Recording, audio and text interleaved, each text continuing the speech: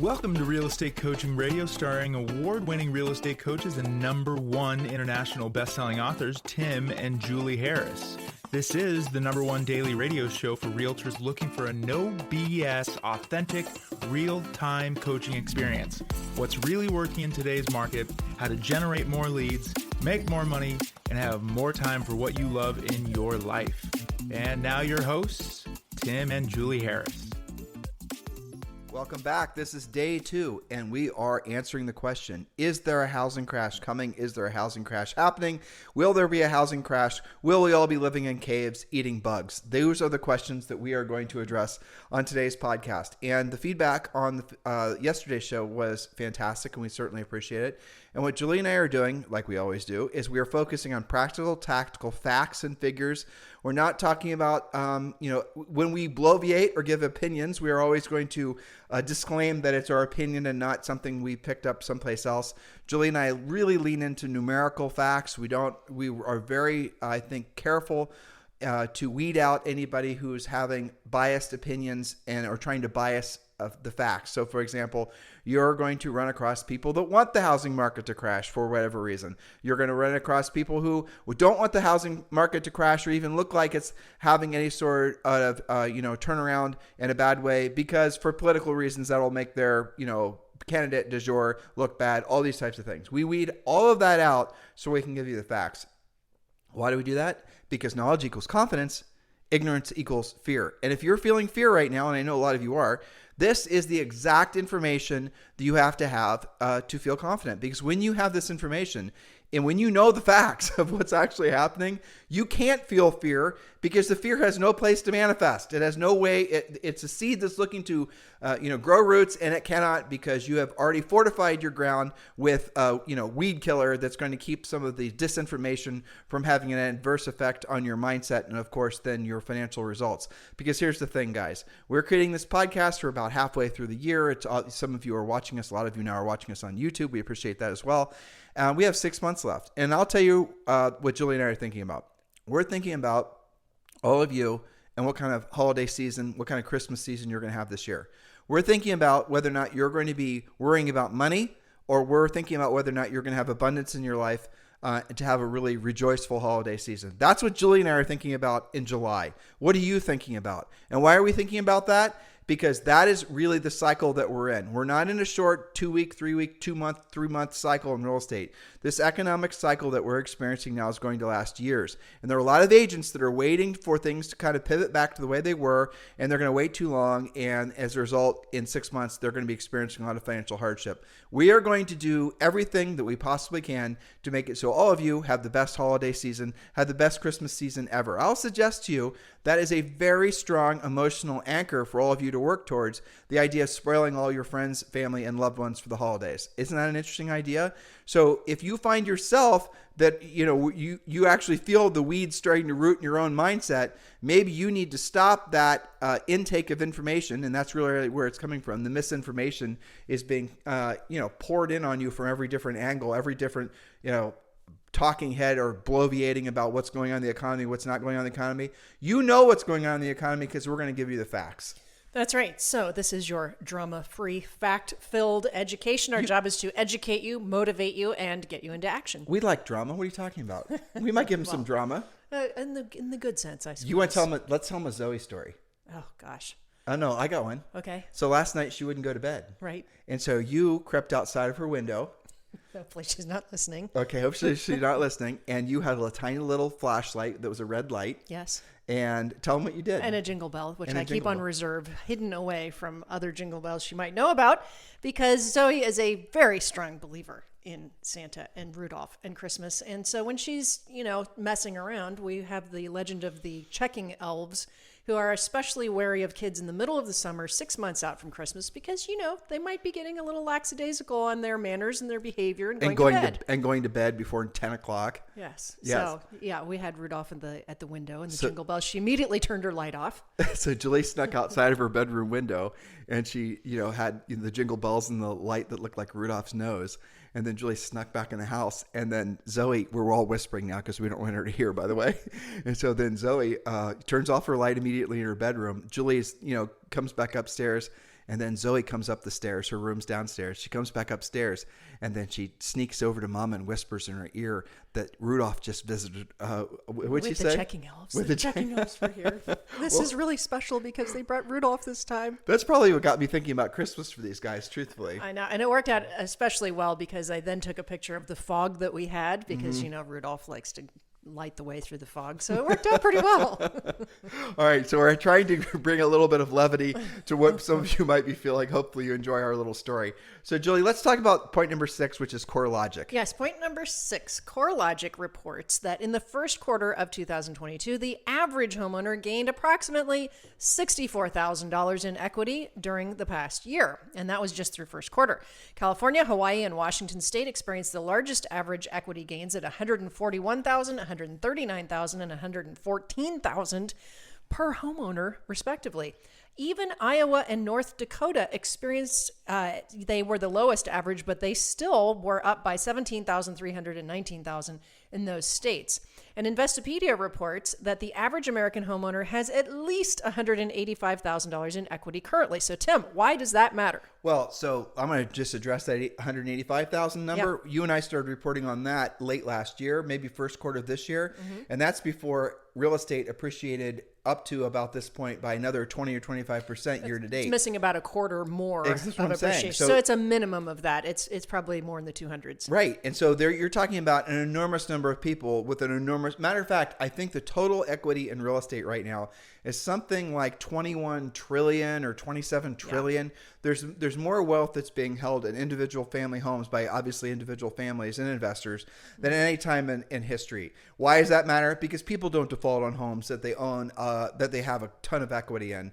People can have breathing room to sell the homes. There's all kinds of different ways that if someone were to run into any kind of forced hardship, maybe job loss or economic setback or whatever, they have enough breathing room to get out of the house. There might be, and it probably will be, areas of the country where there will be adverse effects on job creation and employment in general because of a recession. It makes sense that if the economy gets worse, that if inflation gets worse and they keep raising rates and all these things happen and things play out with your worst case scenario, it does make sense in areas of the country. There might be employers that go out of business. There might be manufacturing businesses that go out of business. And those people are going to have to relocate to where they can find jobs. In those cases, it's possible that those homes might lose value. Okay. Those are the exceptions. Those are the outliers to I think the story or what's going to really be the long-term trend that real estate is going to continue to inflate and continue to appreciate. And here's the other interesting thing that happens. Those of you who want to study a little bit of history, inflationary times, people do and will buy assets that they'll feel at least they can have a store of wealth. That's the reason that things like gold and collectibles and real estate and things like that have been where people put money. Because if they start feeling that their money is depreciating, and it is depreciating, by the way, by like 20% arguably, in recent times, that's what inflation does. It's a hidden tax on your spending power. You might have, say, $100,000 saved, and you're going to ask yourself, well, if I keep this money in the bank, if the inflation rate is, say, 15%, that means my $100,000 is going to be worth $85,000. Because the inflation is going to essentially eat up the buying power. So what a lot of people will do is they'll then put that into hard assets. They generally speaking do not put it into things like the stock market because it's too speculative and they're not confident what direction it's going to go. So they put it in, there it is again, real estate. And this is yet another reason why you guys are in the right industry at the right time. And I know there's going to be a lot of hardship out there. I know there's going to be a lot of confusion out there. It happens every single time because this is the first time in all of our lifetimes we've ever experienced anything like this. Your job is to be a leader, you have to be a leader of yourself primarily, a leader of your family, a leader of your neighborhood, and a leader in your community, and a leader in the industry. You have to be the person that uses facts and figures and has the mindset of service primarily. You have to move past the drama. You have to move past the people that are essentially not knowing what to do and they're just so rooted in fear that they're just going to essentially take themselves down and everyone else that's going to be part of their lives. And that's what happens. There's like these negative adult failure spirals that start spinning faster and faster. And it all happens because people don't know what to do. It all is rooted in fear. And that is the point of this podcast, to root out the fear and give you the facts. Point number 8, Julie. Yes, point number 7, actually. There will be an approximate, and this has been adjusted. All my facts have been adjusted up to this podcast date. You did this 3 days ago. Yeah, these are all up to date. So, because, people, this point is there will be an approximate 5.9 million home sales in 2022. That's according to NAR. That means nearly 12 million commission sides will be paid. And I wrote, how many do you need to meet or exceed your goals? Now, there's been a lot of headlines about, there have been fewer home sales month over month. The rate of sales has declined. Well, that just went from 6.1 to 5.9. It was not dramatic. But again, you read the headlines and you'll believe that it's dramatic. And Julie and I had to parse through so much crappy content to try to find these facts. It's so hilarious. I remember there's an article I sent you from CNBC or Bloomberg or something that was talking about this dramatic drop in home prices and, like I said, caves and bugs. And you read this long-winded, bloviated article on how all the, they always like to drop in the, personal, Bonnie is a mom of 3 kids in Iowa. And this is her situation. And then the last 3 lines of this long article, which is supposed to be providing you actual usable content, information to help you make decisions. Then they say, oh, by the way, the actual reduction in sales is projected to be around, 200,000 or 300,000. It's like, why didn't you lead with that? Oh, I know why you didn't. Because had you led with that, nobody would have read your, essentially your emotionally wrought article. Well, it's true. These podcasts do take a tremendous amount of research and fact checking. And that's why we quote where we get our stats from and that it's up to date. So here, level off there. Yeah. So if there's 12 million transactions that happen this year and the average home sale in the United States is $400,000. And let's just say, I'm not sure, but let's just say the average commission per side is $12,000. Right. You're talking about $12,000 times 12 million transactions. I can't do that in my head. It should be enough for most agents. It's a big damn number. It's a big damn number. So for you guys who are thinking there's not opportunities out there to help people and make money, maybe reset yourself and realize that there's more opportunity to help.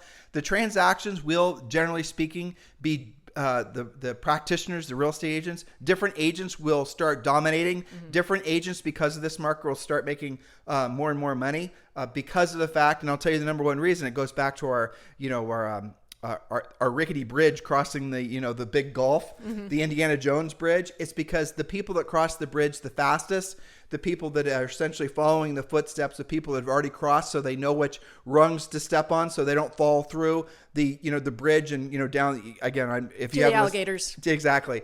Those are the people who start dominating the marketplaces. The ones that don't are the ones that try to make their obsolete business model. And yes, it worked 6 months ago, but it's not going to work now. New market, welcome. The ones that you try to make that old market work, that old model work, even though their margins are dropping and dropping and dropping, they're slowly making themselves broke. Then they start burning through personal savings to keep their model working. Those are the people basically that I'm mostly worried about. Those are the people that I'm worried about. What's going to happen to you guys in 6 months? Stop believing the market's going to get better. It's not going to get better. Better in the sense that it's not going to return to the way it was. Stop believing that inflation is going to go away anytime soon. It's not going to go away anytime soon. Now, could we be wrong? Could I be wrong? 100%. But what is the cost to you of hoping for the best, but essentially preparing for the worst, right? What's the cost to you of over-preparing in anticipation of things getting worse? And you can have the mindset of optimism, but you take the actions. It's the whole optimism versus pessimism thing, right? All of us have to be optimists, or we wouldn't be in real estate in the first place. We wouldn't have been crazy enough to take commission-only jobs. I mean, let's just start there. But you also, to be long-term successful at anything in life, you have to be a bit of a pessimist. That's the reason that you take vitamins. I'm taking vitamins so to ensure that maybe in the future these vitamins will, I'm not necessarily sure that, I'm going to make it. There are insurance policies to make sure that I'm going to hopefully be healthy long-term. And insurance policies, I mentioned that, same thing. You have to buy insurance, but you don't have to buy insurance on all the things you have. You buy them because you are a pessimist that maybe something will get broke, burned down, stolen. You're planning for the worst, but still hoping for the best. Yeah. But it's still an action, right? So those of you who are in non-action, remember there's a quote that says, inaction is an action, right? Meaning that you are making a choice to not do something. You will not be rewarded by being stagnant in this market. Well, let me address somebody that messaged me on Instagram. They said that they felt that our podcast series of late have been too pessimistic, and they're looking for things that were more optimistic. And I asked them to give me an example, and they didn't get back with me. But I understood what they meant. They didn't like what we were saying because it made them feel insecure and it made them feel fearful because they didn't know what to do with the information. Yeah. Now, I don't know what the hell that has to do with optimism, pessimism. This is just facts. And that's the reason that, frankly, this is the number one listened to daily podcast for real estate agents in the United States, because we cut through the bullshit. But if your first line of defense, or if your ego or if your mindset is saying, I don't want to listen to these facts because I don't like the way they make me feel, you need to be listening and paying attention to how you feel, because that is your internal, brain telling you you are not prepared for what is coming. So opposed to ignore and being Pollyannic about what is coming, why don't you instead prepare? Now, is it possible that you over prepare? Yes. And so what? That's a good thing, That's awesome, right? actually. Yeah. Is there such thing as too much savings? No. You're always on me about my hurricane closet in Puerto Rico. What is all this crap in here? And then we lose power for a week, and I'm like, I'm the reason you're eating. Yeah. Well, So when you live in Puerto Rico, you need a hurricane closet, and it's a big one. Yeah. So listen. So what's the best insurance policy all of you guys can be buying right now? It's obviously knowledge equals confidence, ignorance equals fear. That's the reason we've made Premier Coaching free for all of you. Free. You can join Premier Coaching for free. Did I mention it's free as in doesn't cost you anything? Just text the word Premier to 47372. Text the word Premier to 47372. Or if you're outside the United States, or if you just prefer to go right to the website directly, you can go to members.timandjulieharris.com. Members.timandjulieharris.com. This is the next natural, logical step. This is the way forward. This is the way you get across the bridge the quickest with the least risk that we know that we can provide for all of you. This is the first time we've ever offered Premier Coaching for free. We're doing it because we know all of you need it. We're doing it because we know with 100% confidence that if you when you join Premier Coaching and you engage with Premier Coaching, it is going to better the likelihood of your continued success or you building a long-term sustainable real estate practice. That is what we're all about. That is our life mission. So that's the reason we're providing all this for you. Text the word Premier to 47372 or just go to members.timandjulieharris.com. And yes, guys, listen, this does include a daily semi-private coaching call with a Harris certified coach. This includes our listing presentations. This includes the social media plan. This includes the objection handlers. This includes part of the pre-listing pack. This includes all the real estate treasure map, all kinds of things that you'll discover that you get instant, unfettered access to the second you text the word Premier to 47372 or just go to members.timandjulieharris.com. Go ahead and do that now. You're on your phone. Most of you are listening on our phone. If you're not part of Premier yet, just text the word Premier to 47372. We'll text you right back. You have to say, yes, you want the information, and then we'll send you right back a quick join link, and you can join for free. This is, without a doubt, becoming the nation's #1 real estate coaching and training program. Premier Coaching is. So I strongly encourage all of you to take advantage of this program while we're offering it for free, which probably won't be forever. So take full advantage of this immediately. Do this right now. All right, next point, Julie. Point number 8, the average time on the market nationally is less than 60 days. The median days to pending are still only 16. Forget about all those headlines that days on the market are getting to be epic. No, 16. 88% of homes sold in May. Now remember, May is after the interest rates started to go up. 88% were in contract in less than 30 days. That is not a housing crash. That is a shift. Okay, so well, you know what? If you've only been in the business for, say, for example, 15 years or less, if your average days on the market goes from 8 to 16, for you, that is crisis mode. I know. And I read something, I think I told you about this, that the average price reductions were happening after like 5 days. And we're like, well, I guess if you're still getting contracts signed for only 30 days, like listing contract agreements, maybe you should reduce after 5 days. But we've got to keep this in perspective, guys. Homes will still sell with sellers who have to sell. I think what we're seeing is the great sorting out. Some of the expireds that are happening are taking it off the market. Some of them are sticking it out. Shall we tell them the greatest secret ever about being a successful listing agent? I know what you're going to say. Don't step on my punchline. It is a secret. All right, this is the greatest. Now, listen, listeners, this is just for you because we love and we care about you. We want you to be successful. I'm about to tell you the greatest secret ever about being a successful listing agent. Wait for it. If I had effects, I would do a drum roll. Here it is. Have the listing when it sells.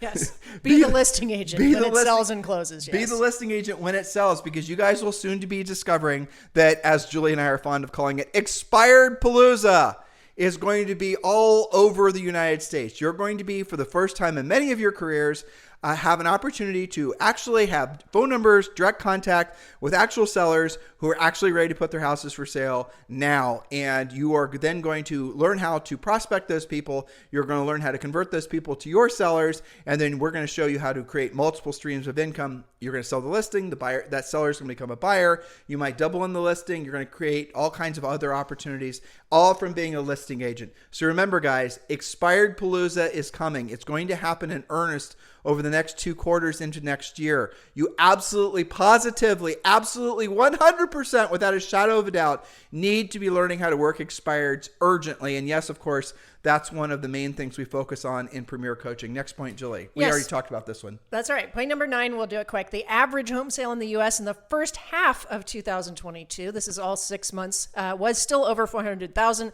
still a record high, and it's still rising.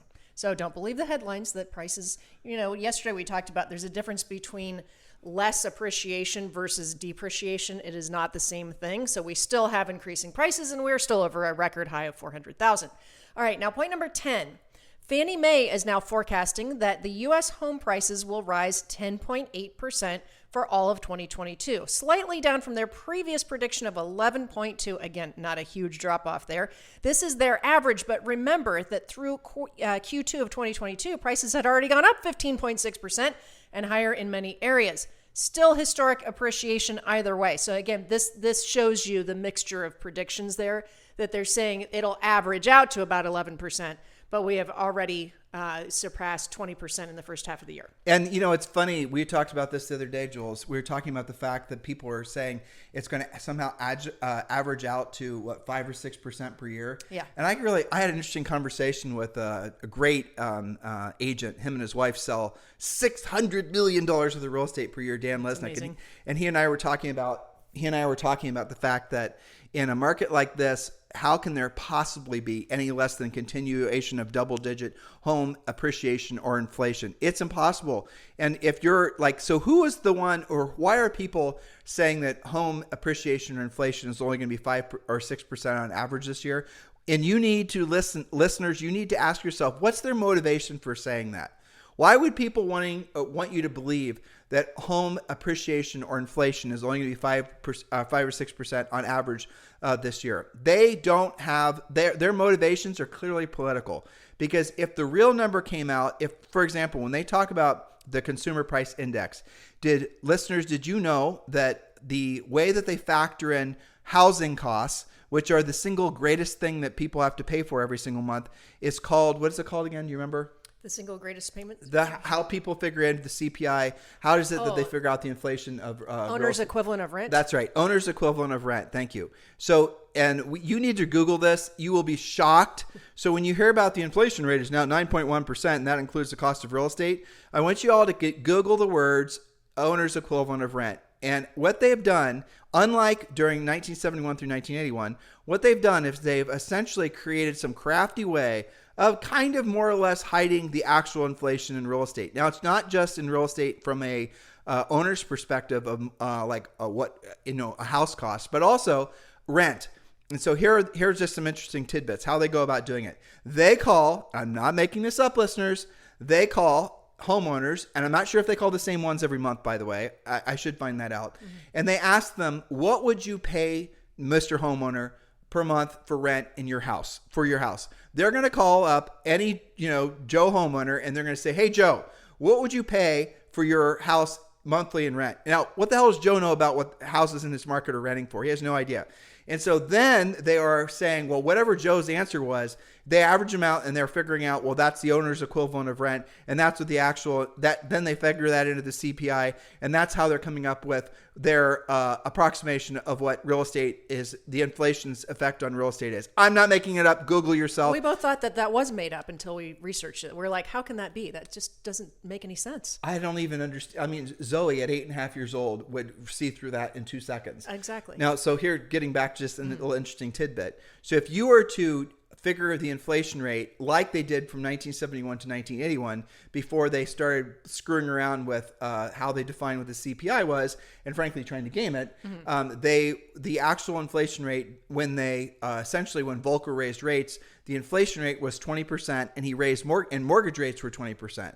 So the moral of the story is what many people believe is actually happening is if you figure this consumer price index and you figure it with the real estate, essentially inflation rate figured the same way it was back from 1971 to 1981, the actual inflation rate is actually 20% right now. And I think that's true. And I'll tell you why. If you go and you look at what you're paying for things, have you noticed, listeners, that basically every single thing that you're buying has increased in price by 20%? Have you noticed that? It's fascinating, isn't it? So how can that not be the actual inflation rate? So don't get all hung up on all these numbers and all these facts and all that. It's interesting. It's analytical. It's fun. It's kind of fascinating because this is unfortunately or fortunately we're all being part of history right now with what we're experiencing. But do know that there are a lot of people out there, and you should not be joining these people who are going to experience unnecessary hardships because of this inflation.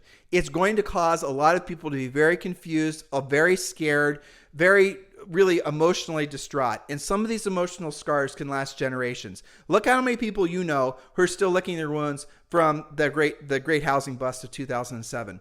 That same thing's going to happen now, but probably on a much, much larger scale because what's happening is affecting everything outside of real estate. Every single thing has gone up in price. So what do you do with this information? Knowledge equals confidence. Ignorance equals fear. You need to be your greatest coach. You need to be your greatest guru. You need to be the actual person who's going to be willing to set aside emotional responses, especially to clickbaity titles and headlines, and essentially everyone else around you is going to be, essentially rowing down the river of fear. You need to not allow yourself to indulge in the fear.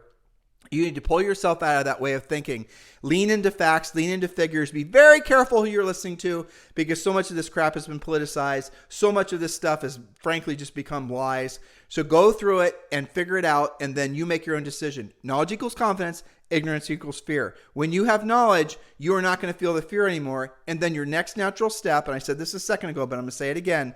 Once you've gotten your head screwed on straight, work on your family, root out the fear that's, manifesting in there, and then work outside, then work in your neighborhood, then work in your community. You will be a leader that people will remember forever because you made them feel better. You gave them facts and figures that other people weren't giving them. You helped them screw their own heads on right, and then they will do what you did. They will then get their mindset right because they now have the knowledge and they now no longer feel fear, and then they're going to go and help their families. You guys get it? This is called being a leader. This is how, if you've ever wondered how somebody, a real estate agent, how they have this legendary status that seems to transcend generations and economic cycles and presidential this is and the other thing, this is why.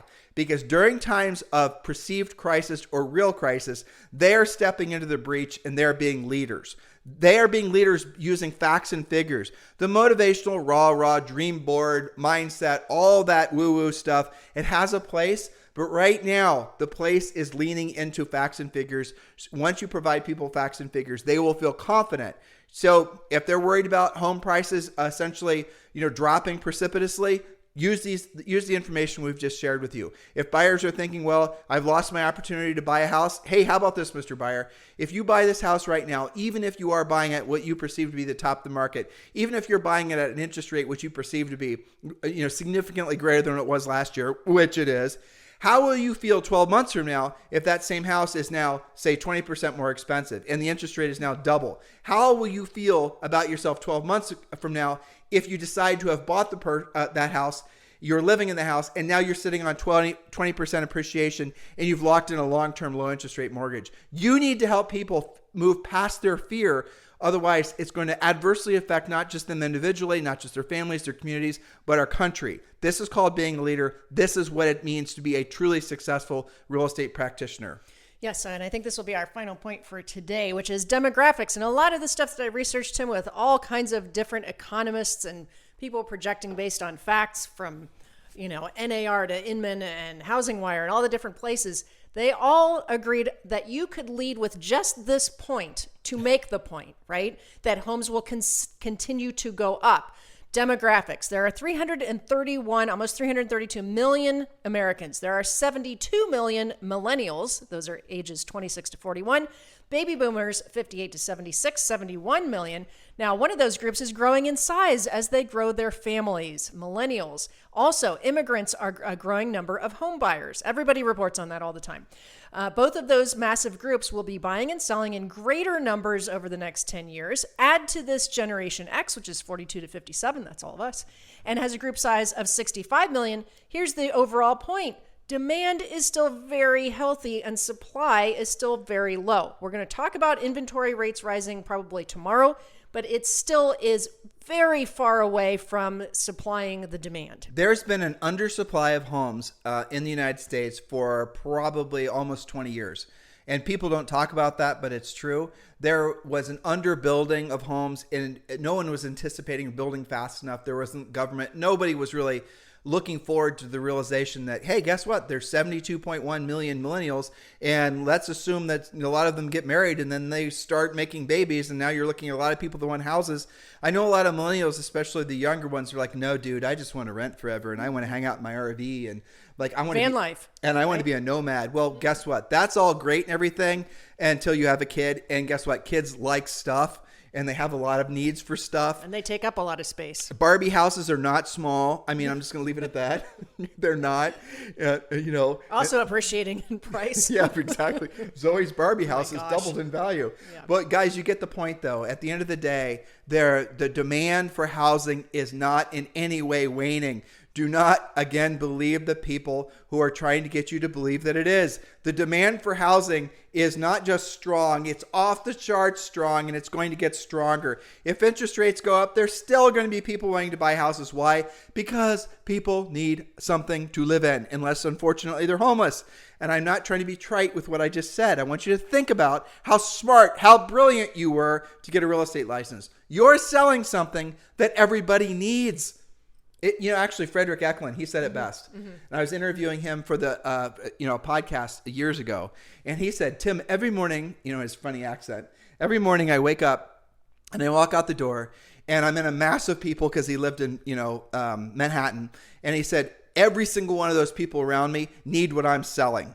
He said, I feel blessed every single day because there goes a potential tenant. There goes a potential investor. There goes somebody who wants to buy a second home. There's blah, blah, blah, blah. Everywhere and everyone around him has to live in a house.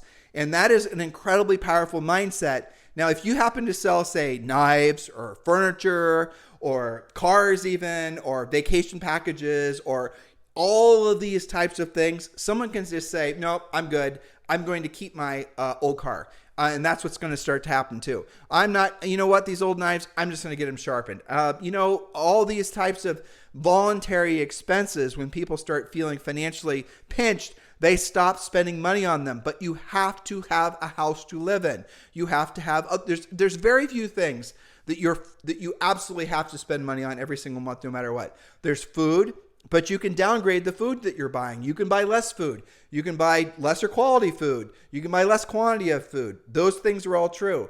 But you have to pay for electric. You have to pay for water. You have to pay for some kind of energy to heat your house. You have to put gas in your car. You probably definitely have to, as a realtor, you definitely have to have a cell phone. There are not that long of a list of things that you have to pay for every single month, unless obviously you're going to be a nomad or, live in a box. And I'm not making fun of people in either of those categories, and, God bless them. But the moral of the story is you are smart. You were brilliant.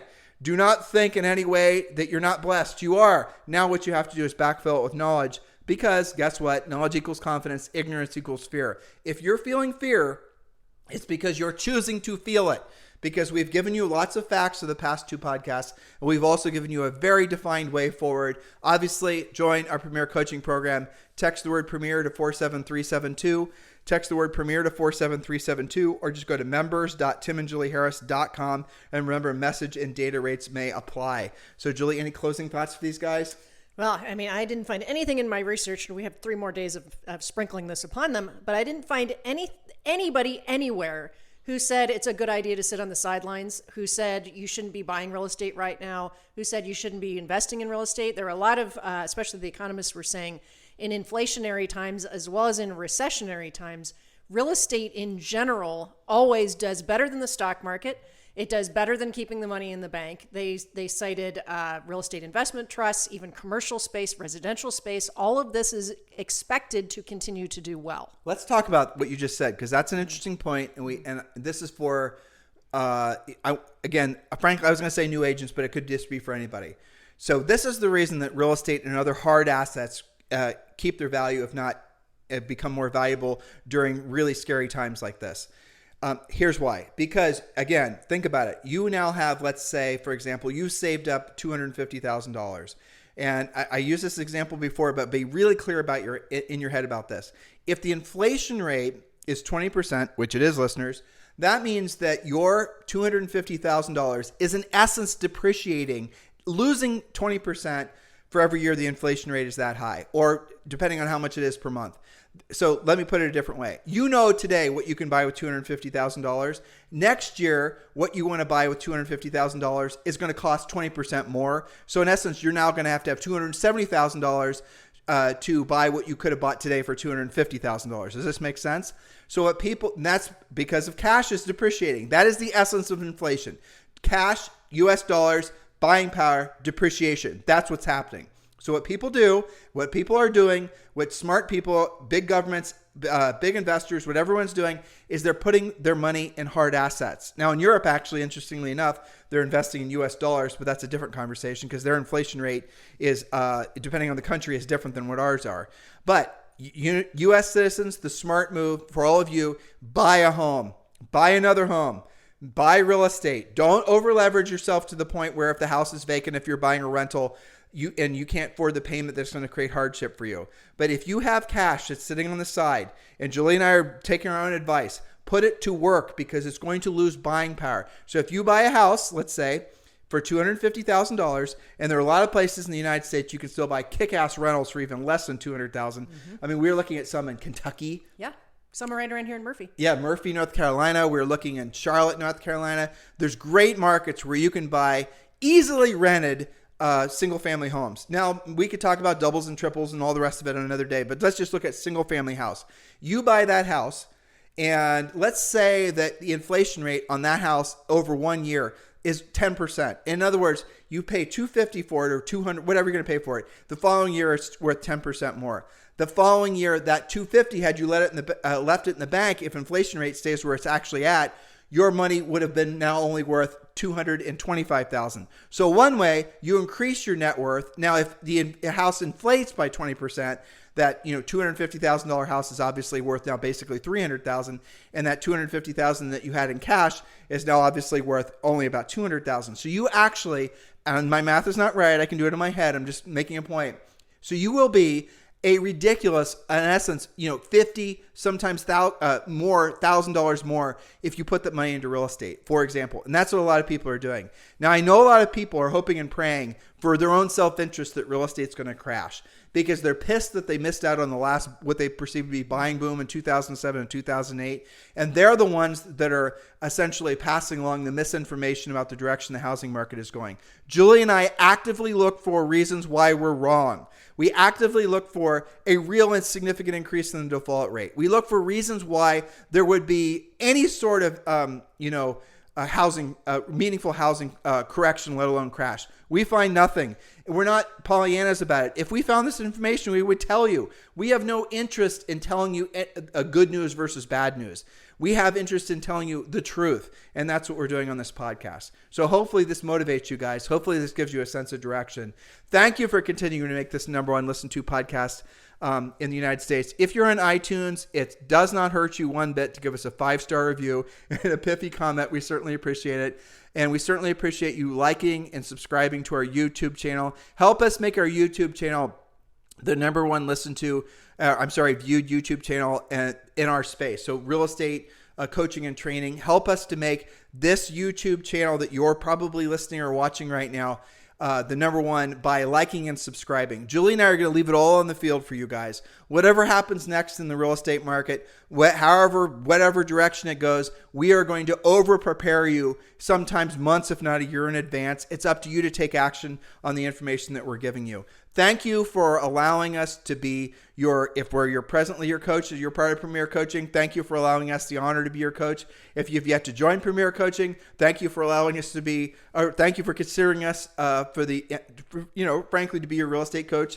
Allow us to help you through this transitioning market. It is our honor and our pleasure. In the meantime, you guys have a fantastic day. We'll talk with you on the show tomorrow. This podcast is a part of the C-Suite Radio Network.